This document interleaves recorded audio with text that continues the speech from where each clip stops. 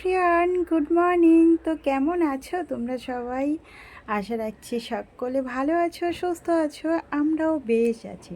তো চলো আগে আমার পরিচয়টা দিয়ে নেই। তো আমি বর্ণি, আমার নতুন একটি ভ্লগে তোমাদের সকলকে জানাই অনেক অনেক স্বাগত। আজ বুধবার আর এখন বাজে সকাল 5টা। তো রোজকার মতো আমি আবারও চলে এসেছি আমার রোজকার রুটিন নিয়ে তোমাদের সঙ্গে শেয়ার করতে। তো আজ সকালে কি করলাম তো তোমাদের সঙ্গে শেয়ার করব, তোমরা দেখতে থাকো, আমার সাথে থাকো। তো এই যে দেখো, সকালবেলা উঠে আমি চালটা আগেই ধুয়ে রেখেছিলাম আর গরম জলটা বসিয়েও দিয়েছি। ভাতটা বসিয়ে নেব আর আমি এদিকে সবজিগুলোও কেটে নিয়েছি। আজ রান্না করব কুমড়ো আলু সয়াবিন আর লাল শাক ভাজা। তো সয়াবিনগুলো একটু গরম জল তুলে নিলাম, নিয়ে গরম জলে সয়াবিনগুলো দিয়ে দিলাম। অনেক দিন হলো না আমাদের সয়াবিন খাওয়াই হয় না। আর সয়াবিন মাঝে মধ্যে খেলে ভালো লাগে, কিন্তু রোজ রোজ সয়াবিন খেতে আমার একদমও ভালো লাগে না। আর এই যে দেখো, এইটা না 15 টাকার প্যাকেট। তো 10 টাকার প্যাকেটটায় একদমও সয়াবিন কম থাকে। তো মানে নিয়ে আসলে তিনজনের ঠিকঠাক হয় না। আমি খুব একটা খাই না, কিন্তু আদি সয়াবিন খেতে পছন্দ করে। তো 10 টাকার সয়াবিনে এত কম থাকে, তো তার জন্য 15 টাকার সয়াবিনের প্যাকেটটাই নিয়ে এসেছি। আর এই যে দেখো, সয়াবিনটা আমি সুন্দর করে জলে ধুয়ে আর ভেজে নিয়েছি। আর গরম জলে ভাত বসালে কত উপকার হয় দেখো তো। আমি কিন্তু সয়াবিনটা জল ঝরিয়ে ভাজতে ভাজতে আমার ভাতটা ফুটে উঠেছে। তো গরম জলে ভাত বসিয়ে দিলে না খুব তাড়াতাড়ি ভাত হয়ে যায়। আর ওদিকে আদি যাবে স্কুলে, তো ওকে এই যে ব্রেড সেঁকে দিচ্ছি ঘি দিয়ে, তো ও খেয়ে যাবে আর নিয়েও যাবে।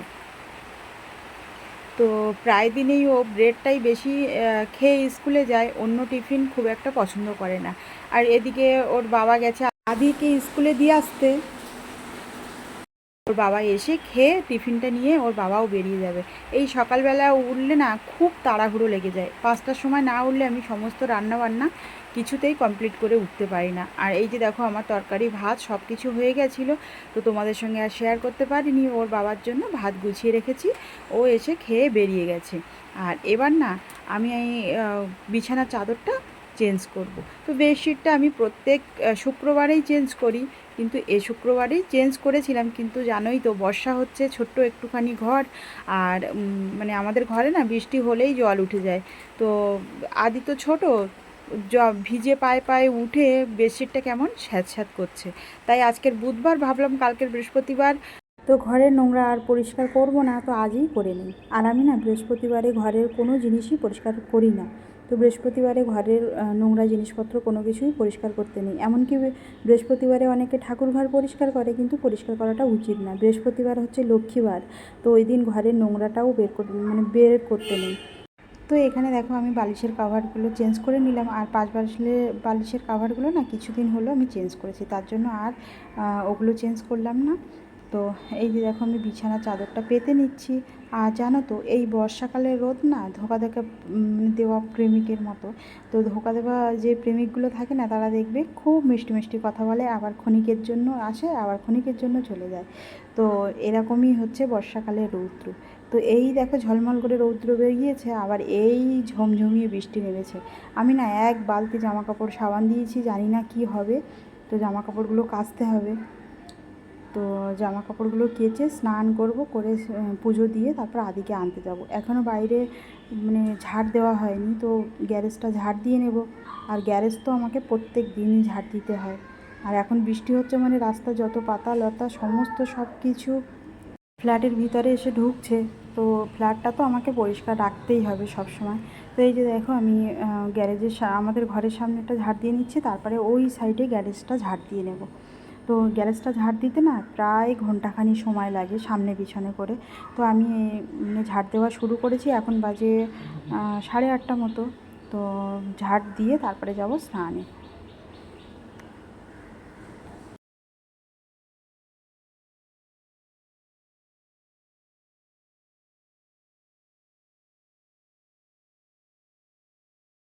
গ্যারেজটা ঝাড় দিয়ে তারপরে এই যে গেছিলাম স্নানে, স্নান কমপ্লিট। এবার আমার গোপাল সোনাকে তুলে সকালের ভোগটা দিয়ে নেব।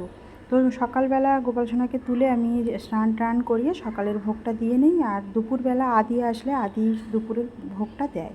তো আজকের সকালবেলা আমার গোপাল সোনাকে এই যে আম দিয়ে মানে ভোগ লাগিয়েছিলাম। তো তোমরা সবাই ভোগ দর্শন করো, ভোগ দর্শনে দুর্ভোগ কাটে।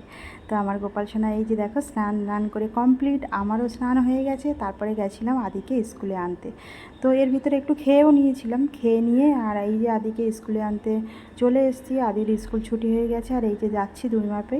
এখন বেজে গেছে 11:30 আর কি প্রচণ্ড রৌদ্র বেরিয়েছে। এমনি আবার এইমাত্র দেখো মেঘ অন্ধকার করে এসছে। এই বর্ষাকালে না রৌদ্রের কোনো গ্যারান্টি নেই। তো এত মেঘ করেছে আর আমার জামা কাপড়গুলো সব বাইরে রৌদ্রে দেওয়া আছে। তো একটা কাঁথা একটা ব্ল্যাঙ্কেট ছাদে রৌদ্রে দিয়ে এসেছিলাম। তো সেগুলো যদি ভিজে যায় না আর শুকাবে না। তো জামা কাপড় আমি ঘরের পিছন দিকে দুটো টানায় রৌদ্রে দিয়েছিলাম, এগুলো দেখছি জল ঝরে গেছে। তো এগুলো তুলে ঘরের ভিতরে মেলে দেবো। আর ছাদে আছে, তো চলো আমি ছাদে যাই, ছাদে কাঁথা দুটো তুলে নিয়ে আসি। তো ভাবছিলাম সিঁড়ি দিয়ে যাব, তো সিঁড়ি দিয়ে গেলে মানে লিফটের থেকে আগে যাওয়া যায় কিন্তু কষ্টটা বেশি হবে। তো লিফটটা না আমাদের একটু স্লো চলে। তো তবু আমি লিফটে করে উঠলাম, যে বৃষ্টি হয়তো এক্ষুনি আসবে না, লিফটেই যাই। তো এই যে আমি দেখো 4 প্রেস করেছি, মানে 4th ফ্লোরে যাব। তো 4th ফ্লোরে চলেও এসেছি আর আমি খুব জোরে দৌড়ে যাচ্ছিলাম যদি বৃষ্টি এসে যায় এই ভেবে। আর ছাদের উপরে চলে এসেছি, দেখো ওয়েদারটা শুধু দেখো। তো বৃষ্টির আসার আগের মুহূর্তটা দেখলে না এত ভালো লাগে। তো আমি দেখলাম আর তোমাদেরকেও ভাবলাম একটু দেখাই। তো দেখো কি সুন্দর লাগছে। আর আমাদের পাশে এই যে বড় বিল্ডিংটা দেখছো, এটা হচ্ছে উত্তলিকা। তো উত্তলিকার মানে সামনেই আমাদের মুকুন্দপুরের বাস স্ট্যান্ডের পাশেই এই বড় বিল্ডিংটা। আর চারিদিকের পরিবেশটা দেখো কি সুন্দর লাগছে, দেখে মনে হচ্ছে যে এই মাত্র বৃষ্টি নামবে। তো তোমাদেরকে আমি একটু দেখালাম ঘুরে। সবসময় তো ছাদে ওঠা হয় না, তো যখনই উঠি তোমাদেরকে একটু শেয়ার করি। আর মেঘটা দেখো কেমন কালো ঘটা করে চলে এসছে, মানে বৃষ্টি নামলো বলে। আর একটু ঠান্ডা হাওয়াও ছেড়েছে। এই যে আমার কাঁথাটা দেখো অনেকটা শুকিয়ে গেছে, ছাদে না অনেকটা গরম গো। আর একটা ব্ল্যাঙ্কেট নিচে পড়ে গেছে, ক্লিপ দেওয়া ছিল না, তো নিচে পড়ে গেছে। আর এগুলো দেখছি ভালোই শুকিয়ে গেছে। তো চলো কাঁথাটা তুলে নিলাম, নিয়ে নিচে যাওয়া যাক।